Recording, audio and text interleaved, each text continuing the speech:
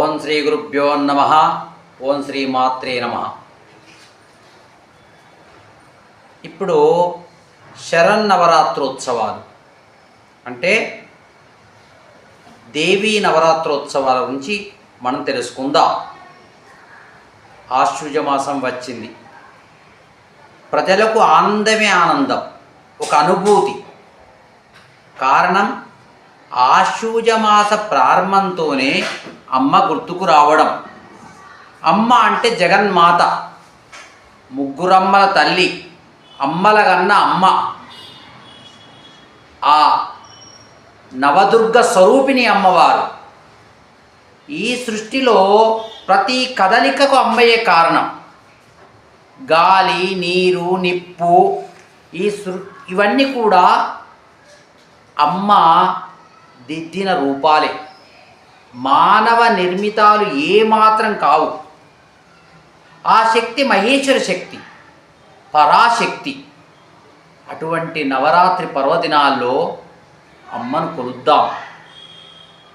దుర్గా సప్తశ్లోకంలో ఏముందంటే, సర్వమంగళ మాంగళ్యే శివే సర్వార్థ సాధకే శరణ్యే త్ర్యంబకే దేవి నారాయణ నమోస్తుతే.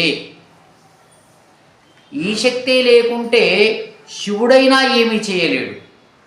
శివుని యొక్క శక్తి రూపమే దుర్గా అని స్వయాన ఆదిశంకరాచార్యులే పేర్కొన్నాడు. ఆ దేవిని రాత్రి సమయాల్లో, ఈ నవరాత్రుల్లో ఎవరైతే సందర్శించి పూజించి నమస్కరిస్తారో వారి యొక్క సర్వ పాపాలు తొలుగుతాయి. ఇది మత్స్యపురాణంలో లిఖించబడి ఉంది. ఈ ఆశ్వయుజ మాసంలో శుక్లపక్ష పాడ్యమి అంటే హస్తా నక్షత్రంతో కూడిన నక్షత్రంతో ఉదయం వేళలోనే దేవీ పూజను ప్రారంభించి ఈ పూజా కార్యక్రమాల నియమనిష్టలతో ఎవరు పూజిస్తారో, ఎవరు నమస్కరిస్తారో వారింట్లో అమ్మవారు తిష్ట వేసుకుని కూర్చుంటుంది.